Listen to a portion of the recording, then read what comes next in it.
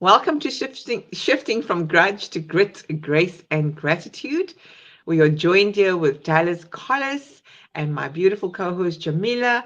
Dallas is all the way from Vancouver, Canada, and we're so grateful for him being with us. And it's probably 8:30 in the morning. 6:30. Wow! Oh, are you having what is the time zone change to? I think you call it. What do you call it when your clock changes? Now we're on Pacific time, Okay. same as Okay. California. Yes, okay, that makes sense on Pacific time. Yeah. Welcome, Dallas, and for you, over to you, and then I'll read the bio afterwards. Well, thank you for having me. I'm happy to be here. I'd love to be there in Johannesburg and where else Cape is it? Town. And Cape Town. Love to go there and see how it is. Maybe we must do house swaps. You know the movie House Swap or Home Yes. Swap? Yeah. We'll come to Vancouver, and Jamila and I will hang out at your home, and you can Right. come to our home. Yeah. Sounds great. Yes, you can visit Cape Town and Johannesburg in Yeah. one trip. Love it. Um, but definitely not this time around. But I'm sure you used to much colder weather than we are. But Uh-huh. Yes. Nisa, it's been a very, very chilly couple of days. This past couple um, evenings, in fact, have been horrific for us. I know. Same my side. But Well, we'll start. looking forward, yes, thank you, Dallas, for joining us and for being up so early and joining us for our podcast. It's a very, very interesting topic today, and I can't wait to hear more about it. All right. Yeah, no, me too. Me too. For those that have just joined us from Instagram, welcome, welcome on YouTube and here on LinkedIn. Let me get into what today's topic is. It's so intriguing for me, just calling it the story mind. When the stories we tell become the greatest liars. I can attest to that. We often hold on to stories shaped by pain, betrayal, or survival. I definitely can be the victim of my circumstances at times. It does show up every now and then. Stories that build identity, but also reinforces the grudge state. Dallas brings a fresh perspective on how these narratives can keep you stuck and how rewiring them can move you from emotional weight to inner freedom. A journey from limiting beliefs to liberated living through the power of awareness, grace, and self-authorship. A little bit about Dallas. Lives in the city of Duncan on Vancouver Island in Canada. His experience comes from failing, love it, a lot. He's an author, a speaker, a coach. After cancer, addiction, suicidal, um, loss of marriage, family, business, and home, after going through the year of life collapse, interesting. Starting over from the very bottom at 60 years of age, we all walk a hard road, he says. We just wear different shoes. Today, Dallas helps people get out of their story minds. So, where did this journey start for you? You can start at the end, the beginning, the middle, or wherever you feel fit to go. Well, let's start the journey with us right now. Yes. I wonder if we can get an agreement, maybe. And the Hmm. question would be, what does every human being alive want for their life? You ask any Mm. parent, what do you want for your child? And every parent, after doctor, lawyer, astronaut, will come down to, I just want them to be healthy and happy. Hmm. Could you agree that every human being on the planet, in the end, just want peace of mind, love, happiness? That's all we seek. Yeah, Agree. a Okay. 1000%. Mm. Okay, why aren't we there? What's in the way? What could Why be aren't we there? stopping us? What's Because we stopping us? we suffer in our desires, we suffer in our past and our traumas and our wounds. So, what's stopping us is the story of who we think we are. Hmm. If the three of us meet today live at an event, and I say, Anissa, lovely to meet you. Tell me something about yourself. You begin to tell me a story. Yeah. It's not Anissa, it's the story of Anissa. It's the Very story true. of Jamila. It's the story of Dallas. This story is created after we're born. Everything that happens to us becomes a piece of a story. All the experiences, what we're taught, what we're told. And it's not us writing the story. We are told what to like and dislike. Even what foods we eat and don't eat. What things we should think and not think, do and not do, say and not say. All this stuff is given to us. And at a certain age of between 10 and 13 years old, we start to self-identify as the story. We look at it and say, oh, that's me. These are the things I like. These are the things I possess. It becomes I. I am the story. I am the self that the story tells me I am. Now we back up again and we realize that almost all of us suffer some sort of trauma, difficulty, struggles that hurt us in that story's beginning. It may even be that birth itself is the original trauma. Just coming into this world, look at any baby in the first 2 seconds, and they look like they're terrified because they probably are terrified. They've suddenly been transported into this physical realm and they're just like, what is going on? And in a few minutes, the baby is laid on the mother's chest, the baby calms down, and then have any human being alive look into that baby's face. And we all see the exact same thing. We see that love, that beauty, and that happiness. We see the real us before a story is created. When my mother died 4 months ago, 2 hours before she died, I looked into her face, and what do you think I saw? The same as the baby's face, no different. I saw beauty and love, and I felt happiness, not sadness, because this is a beautiful life. That's the real person. Without the story, again, the story has vanished. She's at the end of her life. In between, we live in this story. And this story is a drama because it started in trauma. So we always aspire and look at the difficulty, the struggle, the dramatic, the crisis, the tough time. That becomes our focus. I spend my time with the two of you today. At the end of the day, I say 10 things that are just wonderful about each of you. And I say one critical thing. And later in the evening, you two are at home at dinner going, I can't believe that guy said that. Can you believe he said that? Well, that's the evidence. We all do it.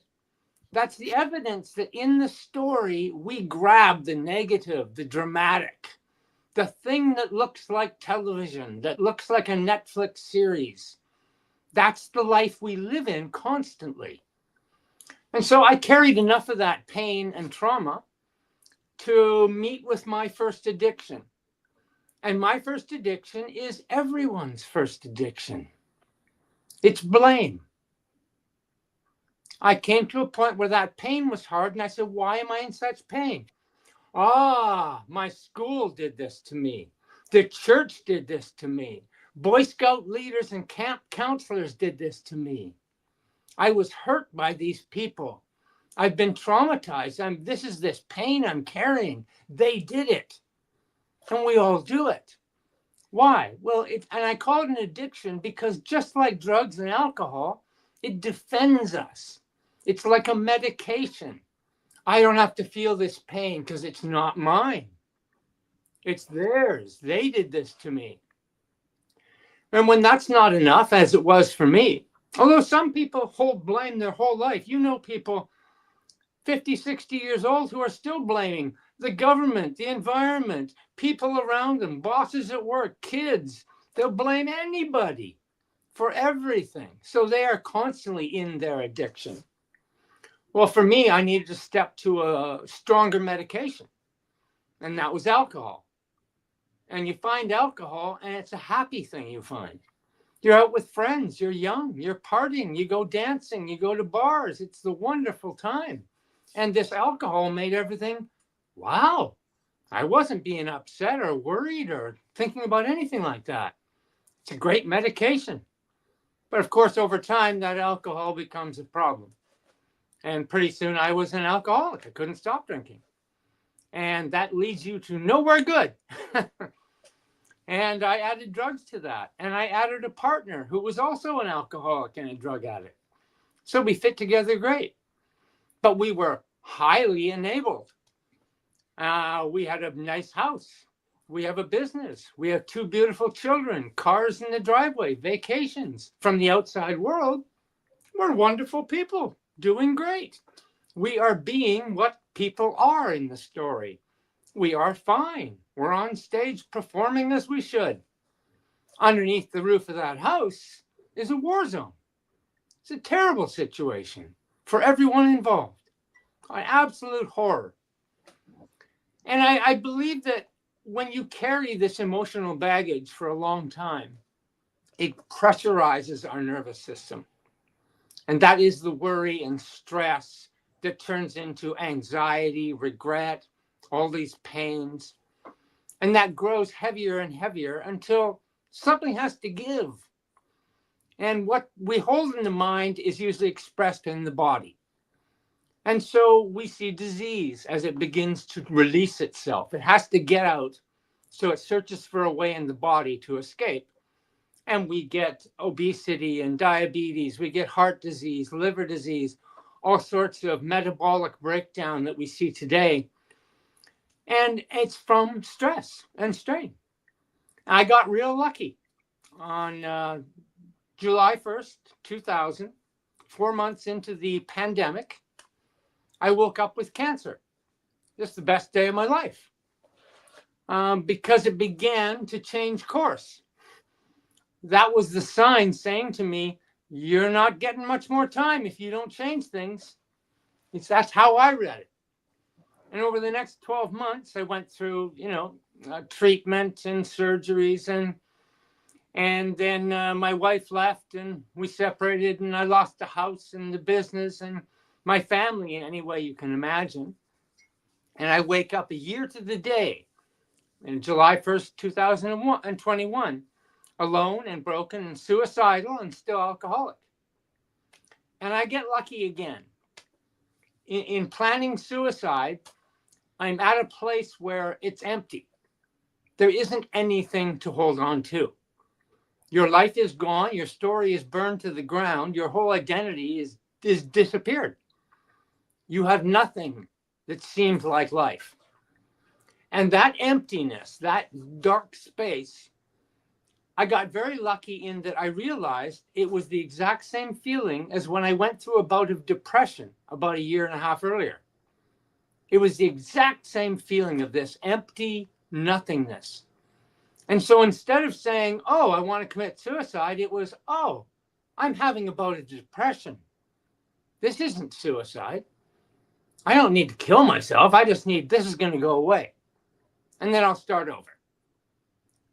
And so by saying that, it did go away.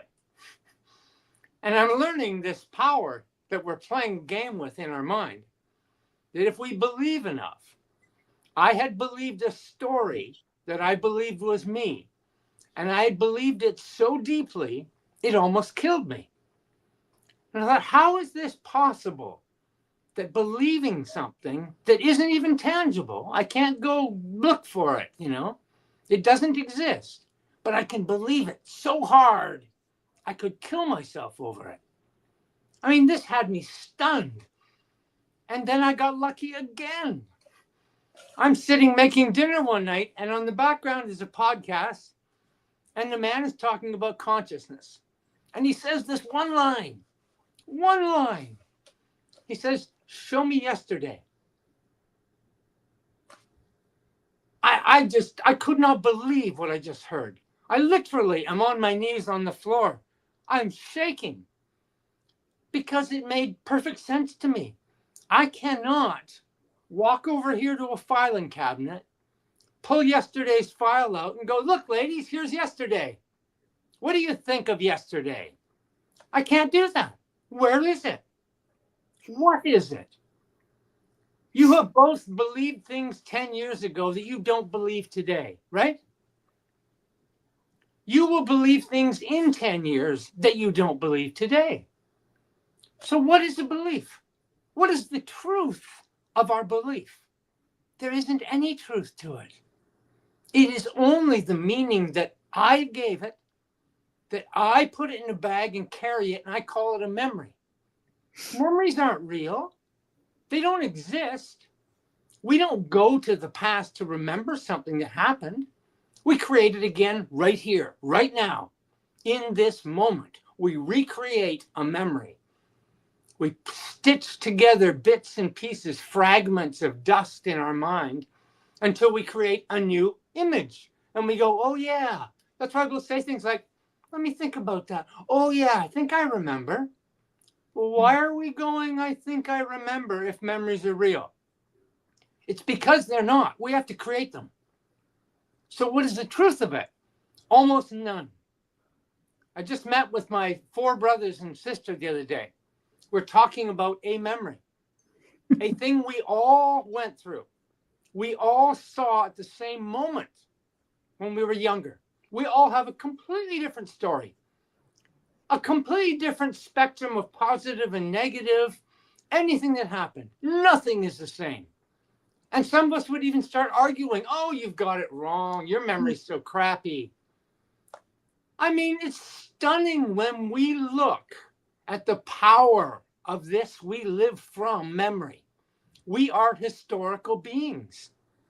Everything we know, we learned. It happened in the past. Everything we know of comes from the past. The only things about the future are imagined. They're pretend. They're television we make up in our mind. And we spend our time in the past in memory and in the future in anxiety. And the only place we can ever live is here. So when I looked at that and went, my God, I've let a belief in a story almost kill me and end my life. It burned my life to the ground because I believed this thing that gave me all this pain. Now we have to look at trauma because it's such a big issue today.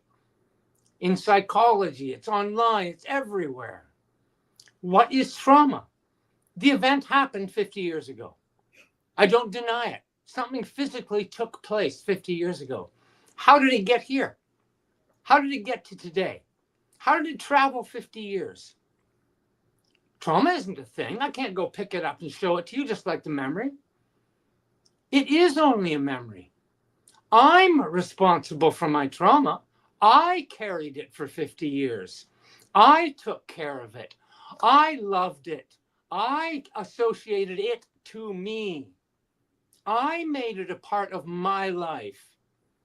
I shared it with others in my pain. It was all me. I mean, that realization, I just went, my God, we are kicking the hell out of each other and ourselves in stories we believe. If I run your country and I convince you that a neighboring country are bad people who don't like you and they're going to hurt you and they're building weapons right now, we have intelligence to show this. And I can convince you to believe your leader that we're in trouble. I can convince you to join an army and go kill. Based on what? A story. Everything we see in the world around us is believing stories about what's going on. And we see it all over the world. That's the collective story mind. It's the collective of each of us, our minds, the stories we believe. Why? Because all the stories are the same. You know, I think on one of your email, doesn't it say the hero's journey? The hero's journey is the ultimate blueprint of every movie from Hollywood. It is the basis to every single movie you've ever seen. And in a sense, if you break them down, you will see every movie, every Netflix series, everything you ever watched is the same story. Different characters, different locations, you know, different storylines in the sense of the differences. But in the base, it's the same story. We are born, we are normal, nothing special. We are challenged. We strive to overcome. We show grit and determination and drive. We fall down, we get hurt, we get back up. And in the end, we win. And it's this fairy tale ending. The same story. And that story is also the individual story. All of us humans are living the exact same story. We are born simple, beautiful, loving people. And then we get into this story and we're challenged and we're hit and knocked down and get back up. And school tells us to strive, get to the next grade, make the exam, get an A, move on, get to high school, get to university, get the job, get the house, get the partner, get the kids, get retirement. And in the end, you get to be happy. The birth of the baby and the death of the mother and the beauty and the love. And in between, we're lost in a drama that we don't need to be in. Mm. There is no suffering in life other than the suffering we believe and we create in our life. Yeah. We are the suffering. Mm. And when we share it globally, we get wars and death and destruction for no reason. No one's coming to hurt you. The boogeyman is not under the bed. Mm. You only believe it is. So we have horrible dreams. And we live them out. And we don't need to. There's no reason to. Mm. You know, this idea that you're going to get somewhere, you need to achieve something, you need goals and a future and dreams. We externalize our entire life system that we are not it. What we get to is it. That we're going to find something. We're not going to find anything. No one has ever found anything. We've only found in the end that we were everything. Everyone, as they age, get to a point where they suddenly go, all those things I thought were important, all those dramas I went through. Why? Yeah. Why did I do it? Why did I do that? All I wanted to do was spend more time with people I love, enjoy my life, and be happy.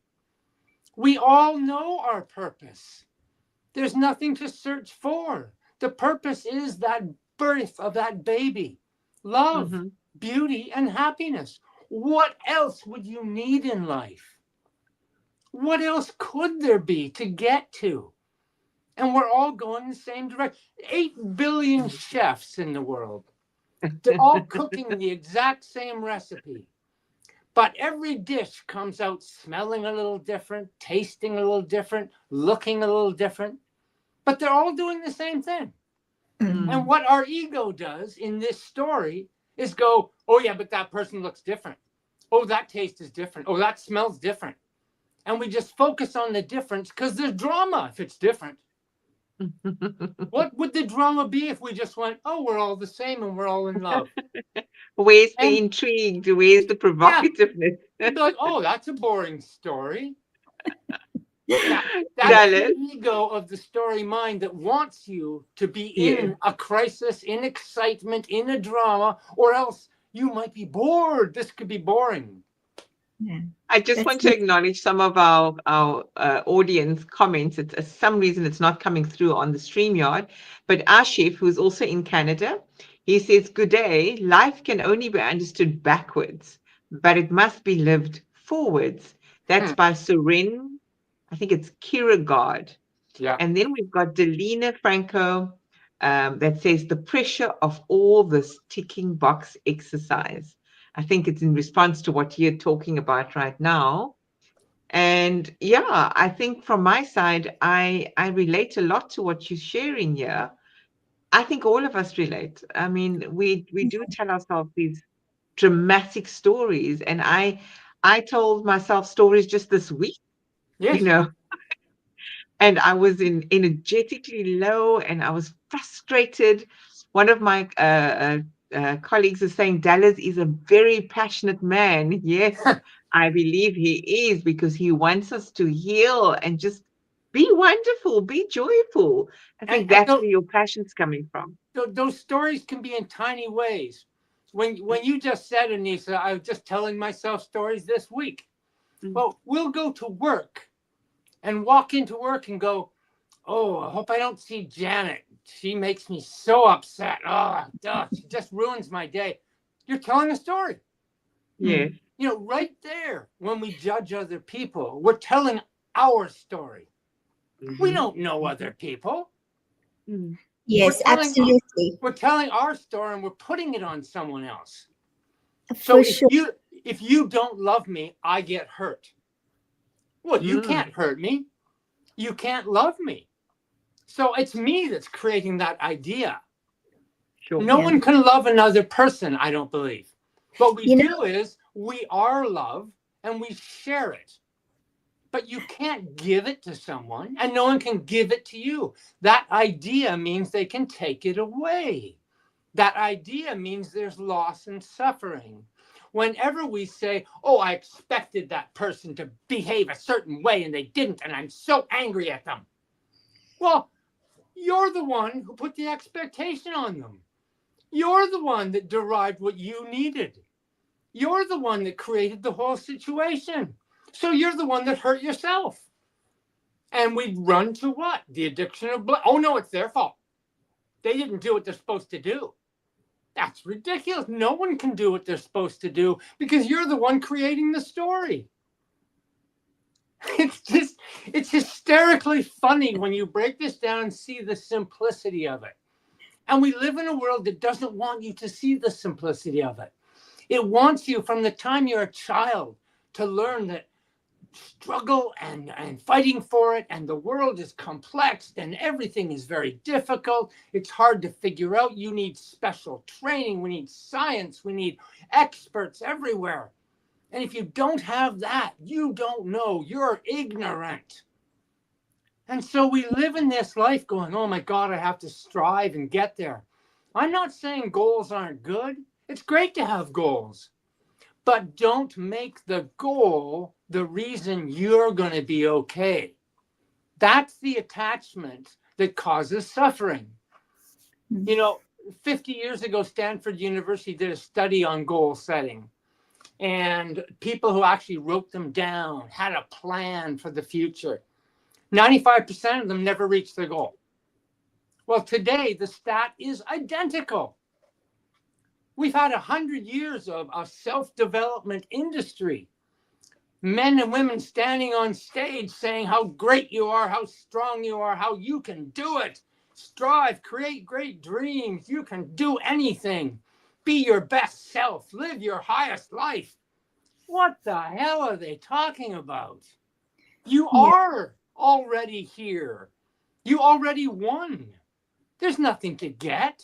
That's just fun to enjoy out there. Reach your goals. Have a good time. Do good work. This is all wonderful stuff. But it's not meaning about you. It's just the game out there, the external world that we live in. You get on stage, play your part. I put on a mask and go to work. I put on a mask and go to a party. But be yourself. None of that stuff can hurt you. None of that stuff makes you or breaks you. You're already here. You already won the game. Jamila is the most important person on planet Earth. There's no doubt about it. Because if Jamila wasn't here, there would be no planet Earth for her. She would never experience love. She'd never hug someone, be kissed, or kiss someone. She would never have to care about someone. Nothing would be for her. So how could she not be the most important person alive in the world? She is. And so are the other 8 billion, because they are living the story. Yeah, I agree with you so much on that. And you talking about identity and perception reminds me of a quote that, I've gone back to so many times, like just recently.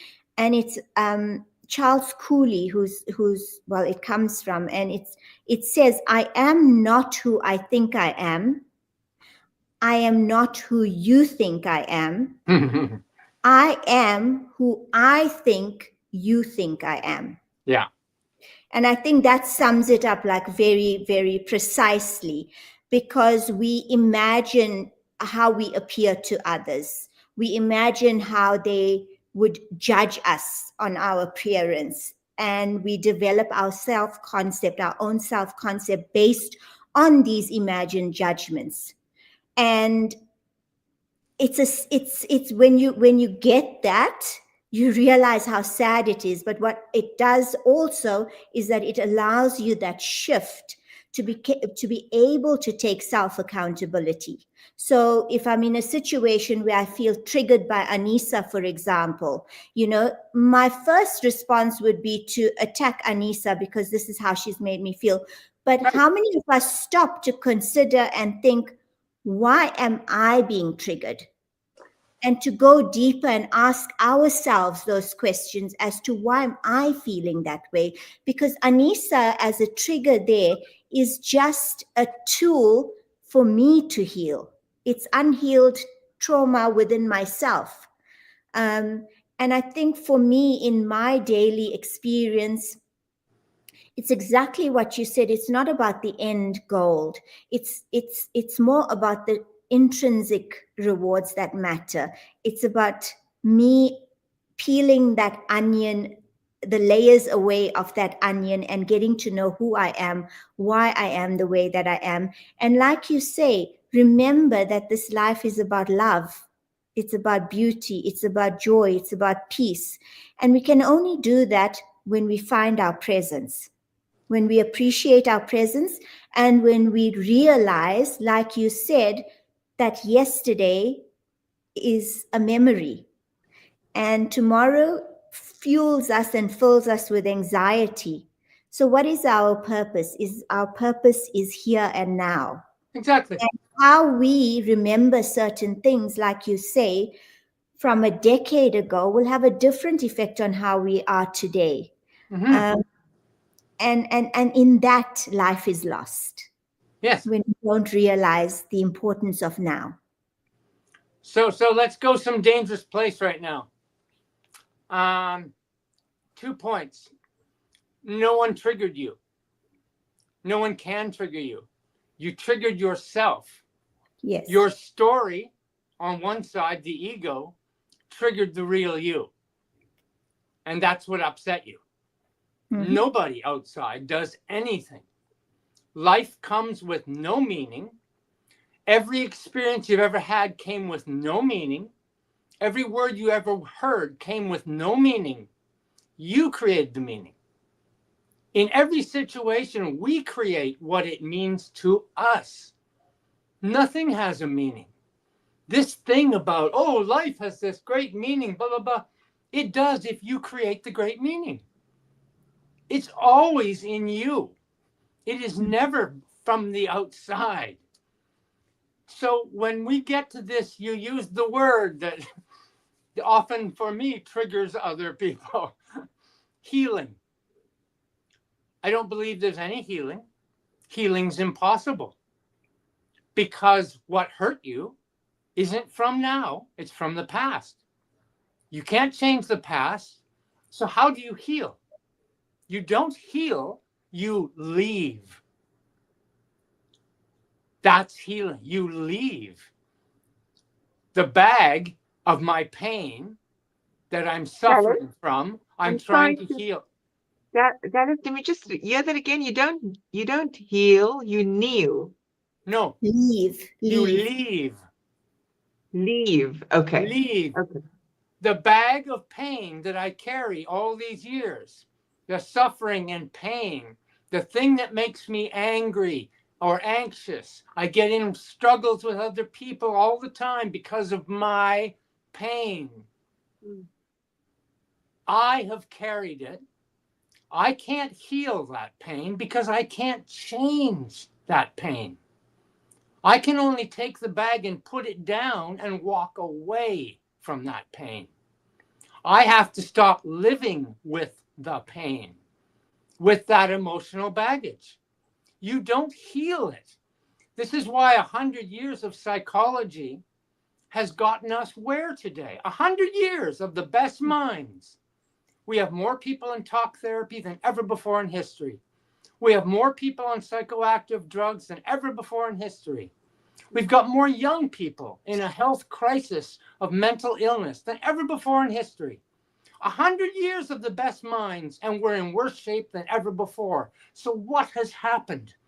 What has happened, I believe, is we have decided we can fix it, heal it, repair it. And that's the mistake. We cannot.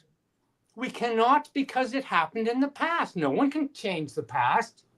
But Dallas, you know what I loved what you said earlier on?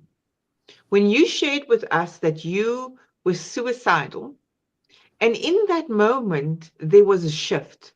Mm-hmm. And you were saying, well, hold on. You disassociated yourself from the suicide attempt and instead said that, well, depression has overcome me. Yeah. Not I am depressed. So there was a Right. disassociation of the label, so to speak, so that I am not that. I am Because not it's the not depression. real. I'm not the anxiety. I'm not the problem, the roadblock, the challenge, the dilemma, the drama. Yeah, I'm only the believer that it's real. That's Yes. all. I enable it to be alive. Someone's phone was ringing. While we're waiting there, Delphina says, love it. Breathe in, breathe out, and let's go. You can't heal when the environment that hurts you. You need to leave and allow yourself to be. Wise words there, Delphina. Thank you for that. And if you look at the outcome of all this psychology and helping people, and I'm not trying to say they're not trying to help people, and they do help people.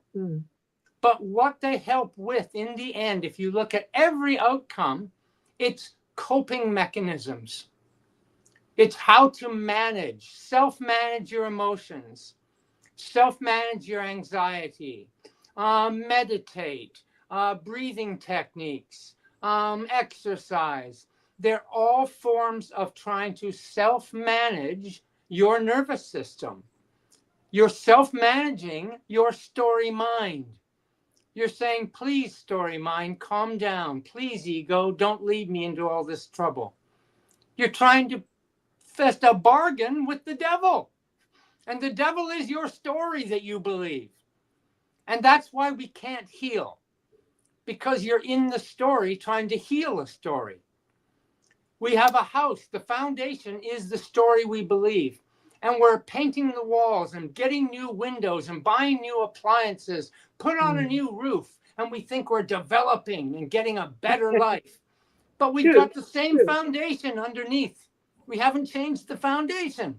Very profound there. Jamila, what do you want to say to that? Yeah, I've read the book, Mel Robbins' book, Let Them. Yes. Yeah. Tell us what you think about that and what your views are on us having control over life. And what do you think about her perception, if you have read the book? Yeah, well, is it a perception? It's 1,000 million year old mom said to you, oh, don't pay any attention to them. I mean, it's just, I don't know how to make it anything other than what it is. It's a tiny little fragment. It's a great idea, of course. Don't pay attention. But what does it do? It's a trope. It's a piece of fashion thrown out to sell books. But talk to us maybe about, because we allow what people's perceptions of us, we allow that to control who we are. Certainly. So, yeah. I came home from school and I'm crying. And I said, oh, they bullied me and called me names and I'm so upset. And my mother turned and said, oh, don't pay it any mind. I mean, this has been ancient wisdom, right? But what we don't do is go deeper and say why.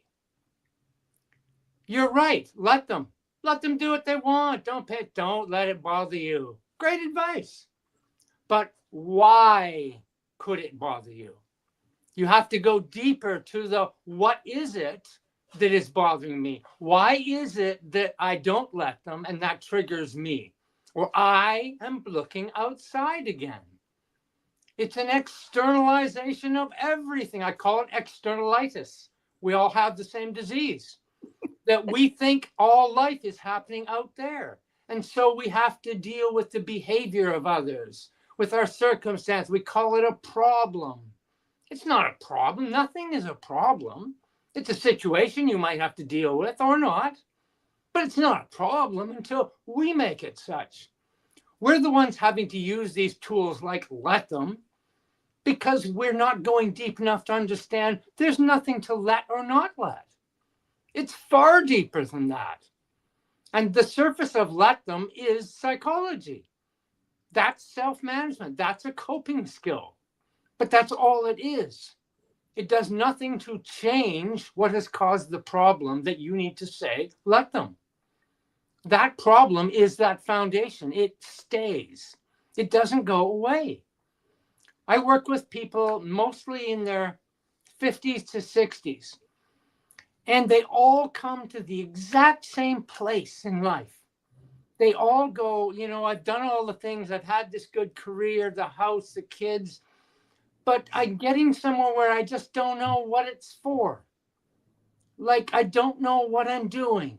I did all the stuff, but I'm not feeling where I am. And that's this reality of the story is all the stuff in life, filling it up. And we rarely get to me. Where am I? Where is that love and that beauty that I want to feel?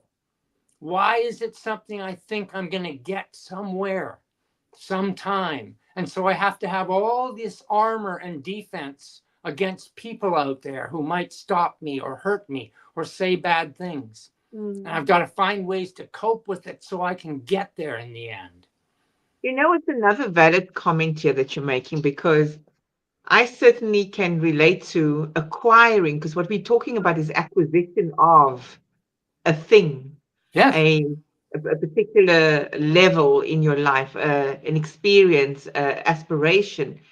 And that is why I just had a talk today, and I said, I banished the word goals from my vocabulary. And I'm a transformation coach. Yep. And I'm supposed to be politically correct talking about goal setting. Yeah. But I also know that when you're striving to acquire a new thing, a person in your life, a destination you want to get to, you're focused on destination happiness. That's right. I'm only going to get there if I've certainly achieved a lot, but I was empty, Dallas. Yes. Empty. Yes. Because the story in my world at the time is, if I get a degree, I will have credibility. Right. If I live in a home and bought this home and I'm not renting, then I've arrived somewhat. Yes. Right? If I am a super mom and the super wife, okay, I'm consciously uncoupled, but I was that. And if I'm the pleaser, then I've arrived at a certain point, because I never took the time to dig deep and excavate beneath all the desires of digging for what's outside of me. Yeah. Right? It was coming back inside of me, I realized, but actually none of this matters. Because if I'm not whole within myself, Yeah. I'm always going to be seeking outside of myself. Exactly. I say we are thing identified. Delphina says, this is so deep. We don't live meaning lives for us. We try to fit into society. Yes, it's societal norms and constructs. That's what Dallas was saying earlier on. You get born and you get into a construct, in your social constructs, in your family constructs, in the political constructs, whichever construct, that becomes the conditioned beliefs and the narrative that these stories we tell ourselves in our mind. Yeah, I would say we are thing identified. Mm-hmm. We all identify with something, somewhere, some person, some event, some acquisition, some achievement, all things.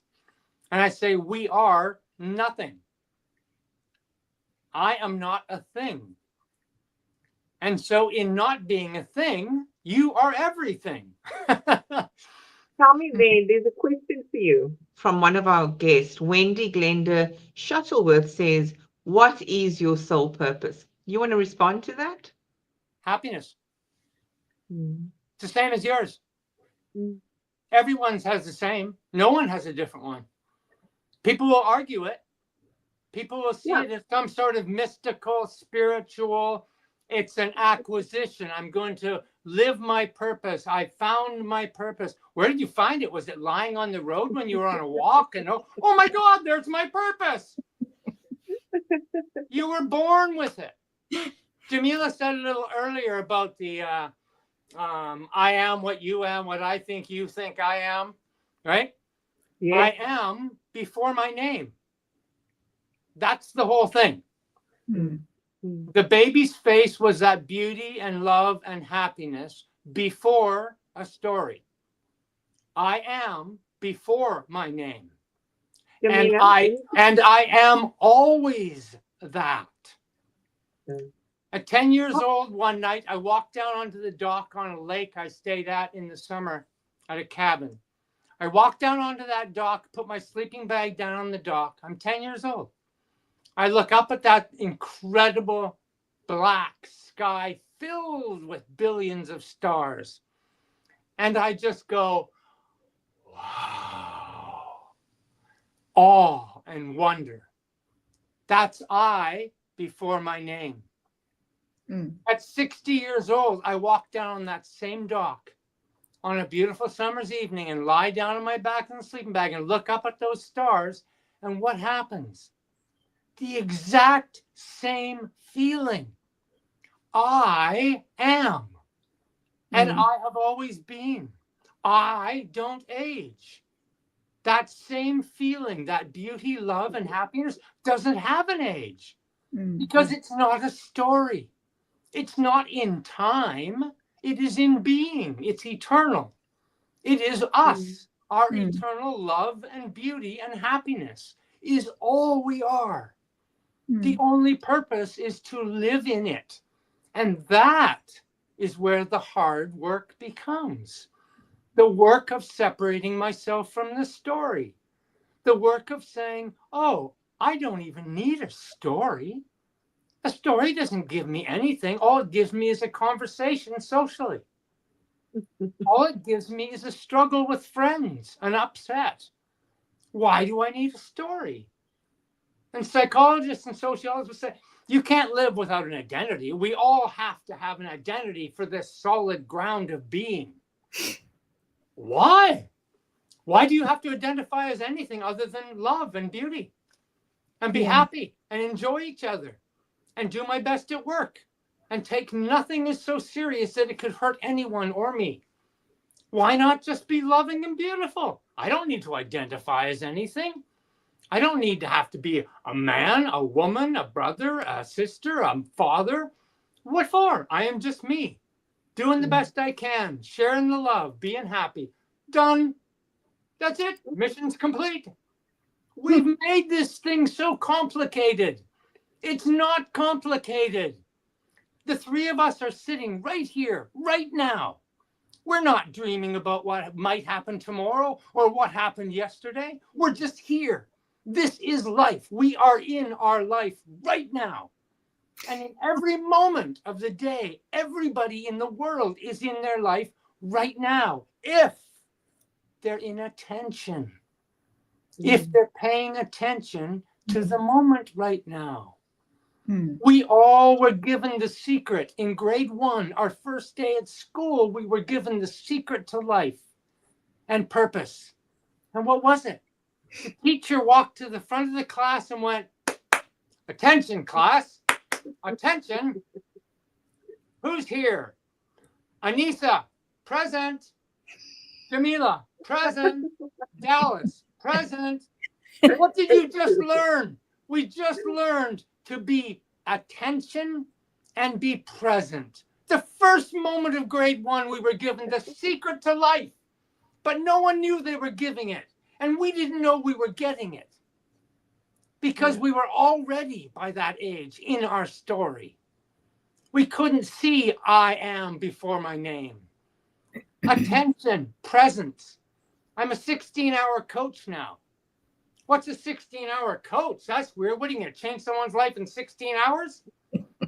Yes, your life is lived in 16 hours.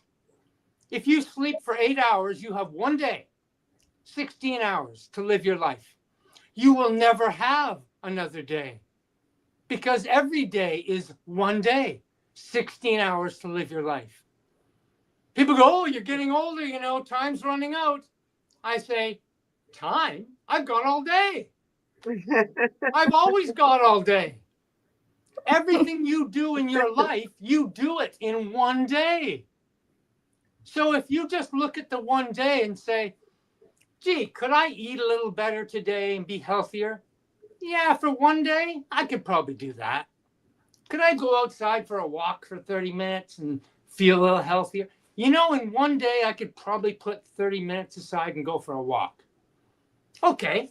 So today, could you put 4 or 5 really good focused hours into your work to keep a roof over your head and clothes on your back and food in your belly? Yeah, I could probably really put some good work in. Could you take it easy and not let things bother you today and just enjoy your day? Could you do that for one day? One day. Yeah, I think I could do Jamila, that. Well, what would you look like what to say happened. to Dallas on that? No, How would you absolutely. respond? I agree completely, with what Dallas is saying about who we are and the stories that we tell ourselves, and just thinking about that point that you made about a newborn baby and a lady who is, on her last stages, and that beauty that you see, that love, that purity. It's something that we are all given, and it's the commonality that joins us, that Yeah, unites us, because it's our gift that we have been given. This is how we have appeared. Just because we have these different physical bodies that houses that beauty, yeah. and it just makes no difference on that. And I think that's where we lose it. And it reminds me of when I was much younger, and I remember that my neighbor and my best friend, who was the same age as me, was going on a trip, and they were talking about all these different countries that they were going to and the visas that you needed. And I couldn't fathom out for the life of me what was the reason that I had to get permission to go to a different place. I couldn't fathom it, because I saw myself as this being, as this daughter who belonged to the world, who Right. belonged to the universe, who belonged to, to absolutely everything and everyone around me, because that's how I was created. Yeah. I think in that interim of being born and on your deathbed is where that's lost. That knowing and that understanding of how divinely equal we have all been created. It's not lost. It's just covered over by the story. Yes, You yes. take the blanket off and you go, oh my God, it's me. Yeah, You're always there. yeah, We're yeah. just looking at the dressing. In our last, we have, I mean, this hour flew by like it goes every week, right? But Yeah. we've got 5 minutes remaining. What tips, guidance, or I don't know if there's anything like that you want to give, given this conversation we just had, but for those that are still seeking, suffering, striving, what would you say to them? I would say to what if yourself? What? What if my story isn't true? What if my memories aren't correct? Mm. What if I'm carrying bags I don't need to? What if I'm creating events in my life that aren't real? What if? Just what if yourself to death? I often get people when I start working with them to take their phone and record themselves telling their story to their best friend. right? Like an autobiography. Put it on the phone and video. And every night, play it back to yourself. I get them to do this for 30 days. And you know what happens with every single one of them? The story they tell every day changes. By the end of 30 days, they're telling quite a different story. And it's the proof that they cannot be the past. You are not the history. You are only right here, right now. So what if this is it? What if there's no problem? What if you are love and beauty and happiness? What if? We already know you've got all the other stuff. What if you don't have to? That's all. Just question it. Don't believe everything you believe. Because your beliefs change. And I mean, I'm going to be honest. I am not an advocate that you need to always do the breath work or the journaling or the, all these modalities, healing modalities. Yes. In the beginning, yes, on my journey. But as I grew and I realized that I am the one that is creating the environment. I am the co-creator and co-conspirator of how I'm being treated by others. So I cannot be projecting. I am the one with attachment to an outcome, an expectation. I am the one that can also be the opposite, non-attached. And that's just taking responsibility. That's taking responsibility for yourself. Yes. That's all it is. I love the what if exercise. So for those that have been listening in, I mean, that's for me one of the most powerful things right now, because the stories that we keep telling ourselves, the stories of lack and scarcity, the stories of I'm not good enough, I'm not worthy enough, I'm not valued enough, I am the black sheep. All of those labels that we've given ourselves, those identities, we have to release ourselves from it, because that's the illusion. That's They're the not illusion. True. They're just not true. You can't prove any of them to me. You can't prove any of them to me. None of them. Dallas, it's like you were at my talk that I did earlier on. I spoke about, the alchemy of imposter syndrome, right? And we have to learn to alchemize imposter syndrome, because is imposter syndrome real? No. It's the story we told ourselves that we don't fit in places or environments because we're not good enough. And that is linked to a story from the past that, as you say, what the brain is doing is it's searching for stimuli to almost build on that story. So I know for a fact that that story on that voice note to that person would change, because they're just building from different stimuli. And depending on your state within that moment, that's what it's going to give it. Yep. Talk to us about our state. Pardon me? Before we go in 2 minutes. Our state of being, our state. If we need to be, which is our beingness, how do we cultivate an optimal, joyful, happy state? Besides the what? Be in attention. Be in attention. That's all it is. Because when your mind is at attention to this moment, whatever you're doing, when you're in attention, you cannot be in the past or the future. The brain doesn't do that. It doesn't have that ability. It can't multitask. It can only be where your attention goes. I was a cook in a restaurant for years. Every time I cut myself with a knife, it's because I wasn't paying attention. I was daydreaming. Every suffering in life comes from the daydreaming in the past memory or in the future anxiety. Nothing ever goes wrong in attention. You are never suffering. You can't suffer there. So as long as you keep yourself awake, that's it. I have a sticky note on my TV that says, "Get off your ass." It's the TV telling me to wake up. Yes. That's all it is. Jamila, any last comments, questions, closing remarks for Dallas? Yeah, no, I just, I think that we should always dare to remember how beautifully powerful we are, because the world will try and make you forget that. Yes. And it's through these conversations, it's through these connections that we keep that alive within ourselves.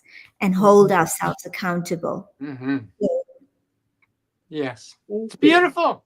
Life is beautiful. Life is wonderful. Let it happen. Let it happen. Don't fight it. On that note, a monumental thank you for your energy, your passion. We are grateful to have had you here today, for your wisdom, for just being who you are, for being in your truth with no bloody stories that you're bringing us of what should be or shouldn't be. Grateful for the honesty, the sincerity, the vulnerability that's been shared here. Please do stay on the live with us because we normally do a quick debrief afterwards. And for those that have joined us from Instagram, I've got something flying in front of me. As you can see, I'm trying to get it away. And those that have joined us from Instagram, YouTube, and for everyone that's given us such valuable comments today, thank you for your participation. Those that are going to join the replay, let us know what you think. I mean, Dallas is on fire. yeah, absolutely. Any last comments, Jamila? Are you happy to say goodbye? And then we'll No, close with more. I actually just love this session. It just flowed so beautifully and so quickly, really, really quickly. I mean, we always speak about how these sessions go, so, but this one particularly went super fast. But it was an absolute delight having you on, and so great to see this perspective of how we should be living our lives, you know, and I claiming our appreciate you having me. I appreciate you both for the work you do. That's really Thank important, what you're doing. Thank you Thank so you. much. And thank you, everyone. We will see you next week. Same time, same Okay. place.